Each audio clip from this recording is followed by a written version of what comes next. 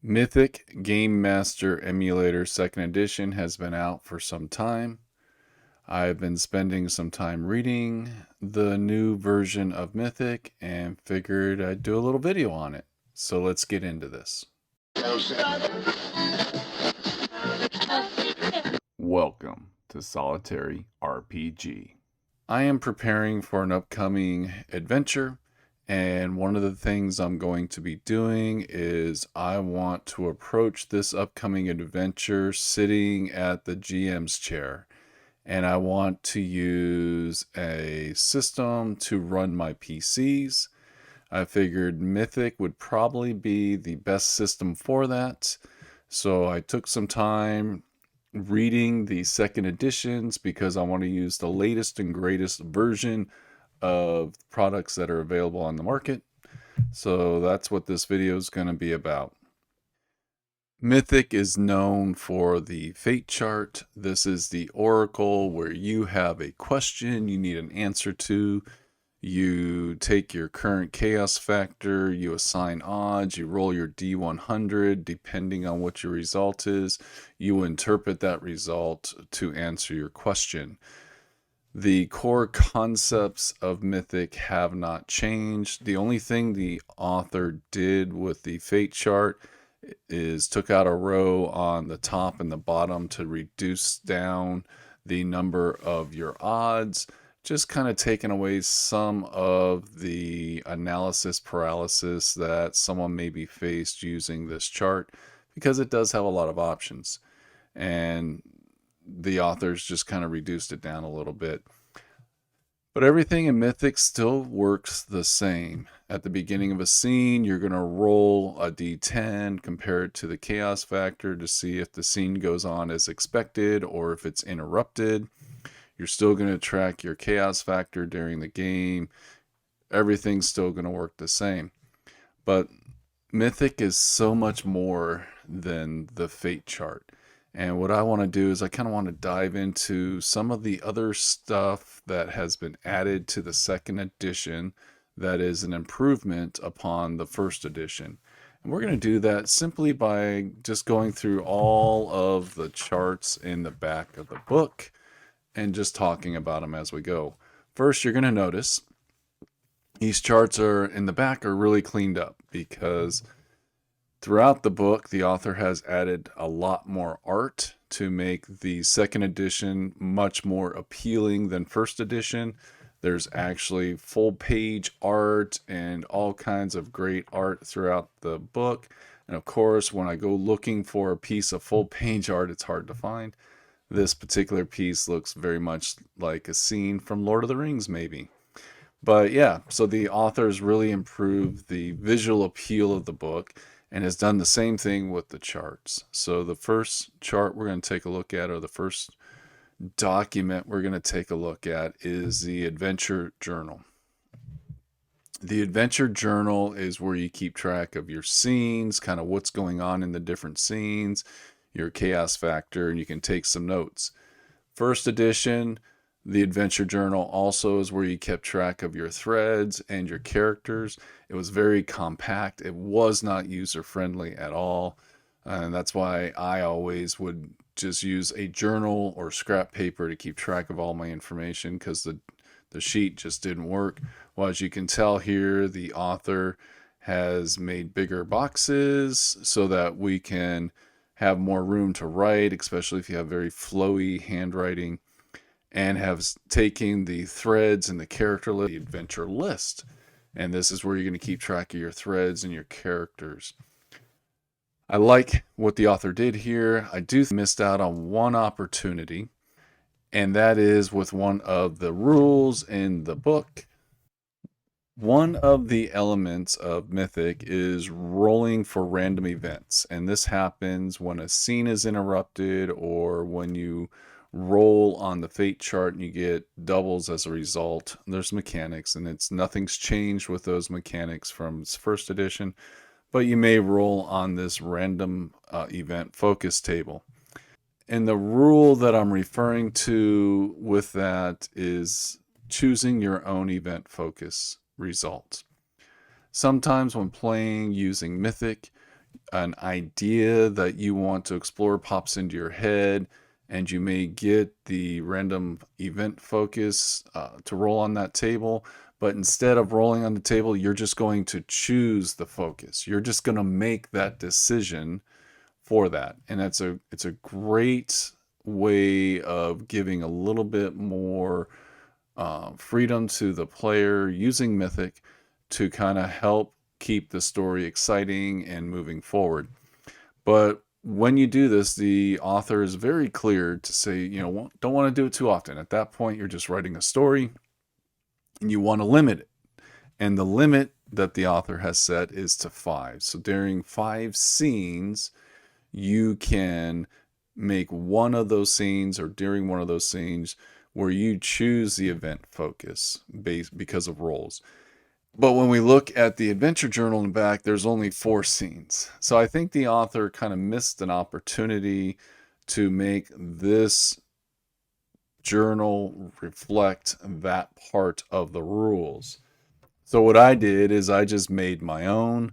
I did a little arts and craft project where I just printed 2 copies, cut a bunch of the information out that I needed, and just repositioned everything on another version of it, or another copy of it, giving me the 5 scenes so that my adventure journal matches the rules of choosing within 5 scenes. You can choose one of the event focus. And it's just something I did because I thought it was important. I actually like that rule and I want to use that rule. And this for me also kind of represents a chapter in my adventure. So after 5 scenes, I kind of complete a chapter in my story. So it kind of works with that. But yes, that is one of the missed opportunities I saw with that. But I like what the author did with the new adventure journal, giving us more room so we can actually make this a usable sheet, and then taking the threads and character lists and creating a separate document for them, because you can, in a longer adventure, start getting a lot of names on this list and a lot of different threads on this list. And it was very unruly on the original version. So this just makes it so much easier. You're also going to notice a change here with numbers on the left-hand side of both of these lists. First of all, threads. Threads are typically things you interact with in your adventure or story arcs that you're exploring, where characters are more people that you interact with. So lots of things can be threads. They're usually not people. And then characters are usually just people you run into. That's about the only real hard rule for threads and characters. But nothing's to say a town can't be on a thread list and also a character list. So you just have to decide where you want to place the things. But kind of a basic rule is threads are things, characters are people. But you're going to notice everything here on the side. So now we actually have a randomized rolling mechanic built into the list tracking portion of this. So sometimes when you roll on your random events, you may move towards a thread, you may introduce a new NPC, you may have different actions taking place, and you're going to kind of pull from this list that you're creating in your game. Now, what you can do is roll. So let's say we're working on threads. If we're just starting an adventure, we could precede our adventure list with a couple things, but we may only have one item. Maybe it's just going to be the main concept of our story. We're going to go rescue the queen from the evil king, whatever. And we may only have one thread to start with. But then as our game goes on, we're going to start adding to them. When you have to pull and you want to randomize it, your thread list is broken down into blocks. And each one of these blocks has a number: 1, 2, 3, 4, 5, 6, 7, 8, 9, 10. If you only have threads in the first block, you don't need to worry about these numbers. But once you go beyond the first block, then you can start using dice to roll to determine which block you're going to be in. So if you only got information in these first 2 blocks, you use a D4. 3 blocks, use a D6. 4 blocks, use a D8. All 5 blocks, use a D10. And that will tell you which block you're going into. And then within each block, the same concept. If you only have one thing, you don't need to roll. Once you get 2, 4, 6, 8, 10. So you can use your standard role-playing game dice, and now you can randomize and just roll, let the dice decide what you're going to interact with.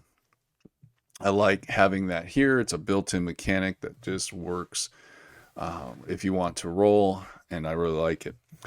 You might also notice that there are ghost numbers on the right-hand side. You're not going to see it on camera.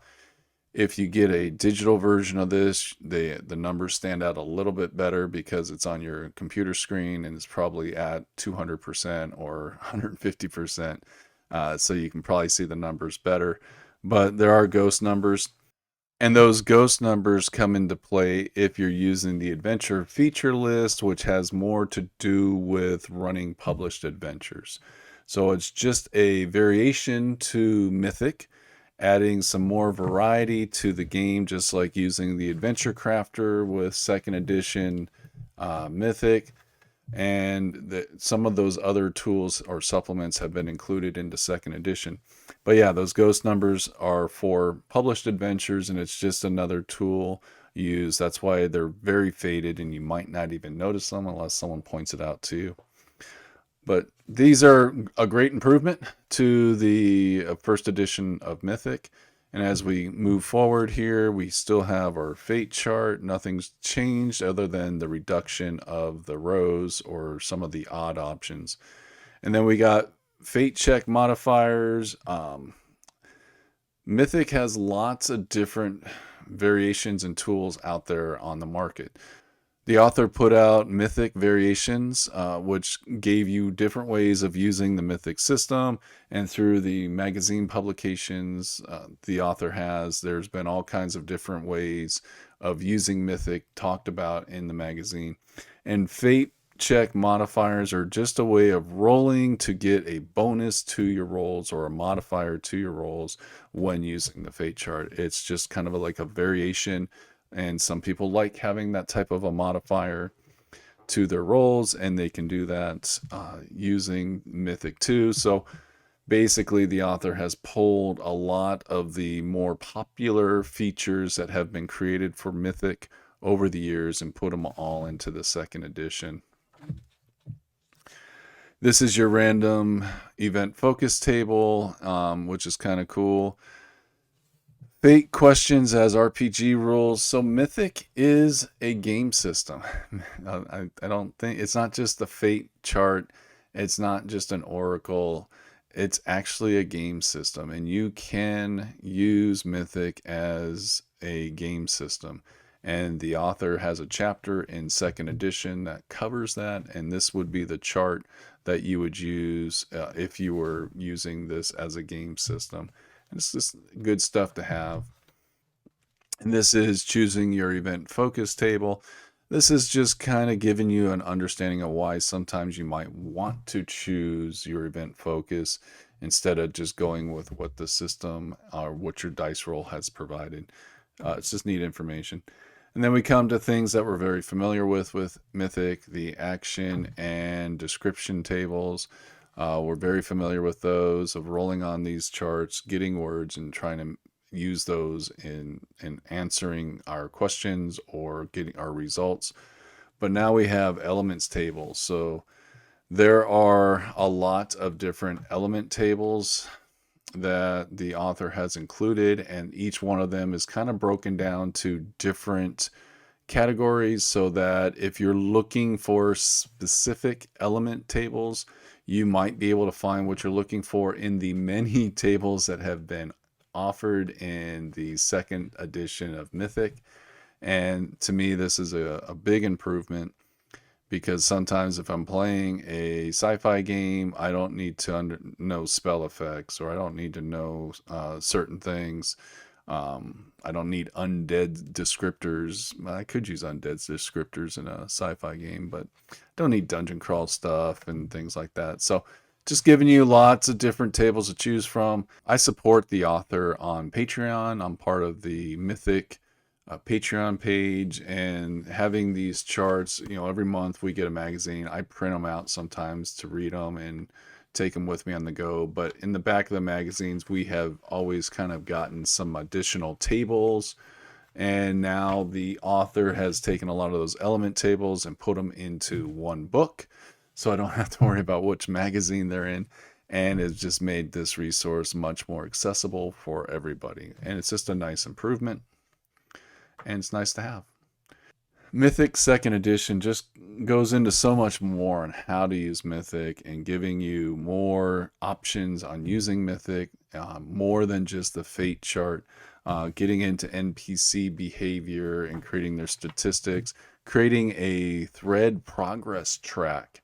This is new to second edition. It's not something that I've seen before, but basically some of your threads aren't going to happen in one scene or two scenes. They may take multiple scenes to accomplish those threads, and you got a little tracker. They're kind of broken down. You got a tracker for 10 points, 15 points, and 20 points, depending on how hard the thread is. Maybe if you're in a really big, long campaign, to get to the main thread and to resolve it, it's going to be 20 sessions or 20 games, or you need 20 points to accomplish it. However, you're tracking your points. To me, this had the feeling of Iron Sworn, and the progress tracking on Iron Sworn just now incorporated into Mythic, which is kind of cool. I don't know if that's where it came from, but this is just a cool little addition to Mythic if it's something you want to add to your game. Options, lots of options in second edition, lots of variations on things that you can do. I'm just really enjoying everything that I'm seeing. Player versus PC knowledge. This is kind of important, especially if you're going through published adventures. There's a whole section talking about that. This was the chart for that, but it's a good section on how to handle those situations and how you can resolve them and not feel like you're cheating or doing anything wrong. Then we get some of the fate chart variations. So you got a mid chaos factor, reducing down some of the chaos numbers so that the chart is less options for you. And then you've got even a smaller one with low chaos where it's only basically 3 columns, and just makes your options a little bit easier. These are kind of cool. And on the next page, you have the dice modifiers if you still want to use that. This one, no chaos factor fate chart, is one that I'm going to incorporate into my upcoming game. One of the things that was available in first edition Mythic, that did not port over, is creating charts or creating kind of situations where you're asking the same kind of a question over and over again, or like questions over and over again. Good example would be if you're in a dungeon dive, is the door locked or stuck? And those are kind of questions where chaos factor shouldn't really play a part. When you're asking some of these questions over and over again and they're not part of the stress or the actions of the PCs, then chaos factor shouldn't be included. And that's what I'm going to use this chart for, just having it readily available to where if I need to ask questions repeatedly, I'm just going to use this. Because in my mind, the chaos factor should have more to do with the PC's state of mind. Things are going good. Chaos factor is a little bit higher or lower depending on how things are going. And that would have more to do with rolling on the fate chart, where environmental things such as the weather or the road condition, or if a door is locked, chaos factor shouldn't have a play in that. That shouldn't be important to those questions. So having a very generic fate chart to me just makes sense. So I like that. Now I'm going to be pulling that out and using it for my upcoming adventure just for that very reason. This table's new, and this is a very interesting addition to second edition that I actually like. It's called Keyed Scene Record Sheet. So you may have certain events tied into keyed scenes. So maybe you have a thing that might happen in the future based on triggers, something that happens during gameplay. And triggers can be a lot of different things. It could be after 3 random events, this event takes place to this keyed scene. So it's really kind of pre-planning certain aspects of your game, but there's something has to happen in order for those events to take place, and that's why they're calling them triggered scenes. This whole thing is kind of a new concept. You have 2 different variations of it. One has this little countdown box, one does not. The countdown box could be a lot of different things. It could be number of scenes, like after 5 scenes, something happens. After 30 minutes, something happens. After X, Y, and Z things, something that you would count, a event takes place. The other one is, just something happens during gameplay, triggers an event. I think this is a neat addition to second edition Mythic. I need to explore it a little bit more, kind of use it in a game so I can get a better understanding of it. But just reading about it, this seems really cool because this is giving me a little bit of suspense in my game. So if I'm doing a countdown, like either time or number of scenes or something like that, it's helping build a little bit of that suspense because I know something's going to happen. This event's going to trigger when this happens, so it's going to hopefully build a little like suspense when I'm rolling the dice or doing something. Boom, now this happens. So I feel that's how this is supposed to work, and I can't wait to explore it more in the future. Then we have this adventure feature list and prepared adventure focus table. Something the author dives into with Mythic 2nd edition is how to use it for pre-written adventures, like a Dungeons and Dragons module or one of the many modules out there that are pre-written where you have all the information in front of you. You can actually take Mythic. You would use this chart for keeping track of the adventure features, and it would also be tied into your thread and character list. And you have a table to roll on for your event focus table. That's a little bit different than the one we normally see. And it's just good information. One of the hardest things to do as a solo player is play a published adventure. The author's giving you some tools to use for that. And then we got the Adventure Crafter with Mythic, which is another supplement that the author has created previously. So that was just kind of a brief look at Mythic Game Master Emulator 2nd edition. The author has made a lot of improvements to this game, and the biggest improvement is just the book art. The art is fantastic, and the layout, and the addition of so much more information, so many more tools that we can use to play our games. This information has been out there in different supplements or through the different Mythic magazines that you can get. And 2nd edition just kind of brings all of the best of all of that stuff and puts it into one book. You're going to notice I've highlighted a lot of the information in my book. Normally I don't write in my books. I usually write on a piece of paper or in a notebook, but to me this is a toolbox.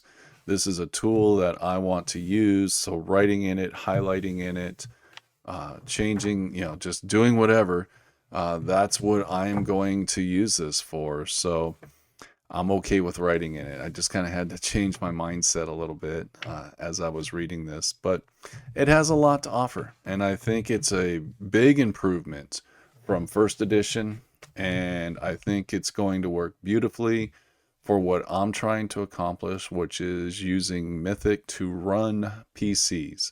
Instead of me running them, I'm going to use Mythic to run them. The fate chart's going to be do the PCs notice the trap and roll the dice and see what happens. So thank you for watching and have a great day. Bye.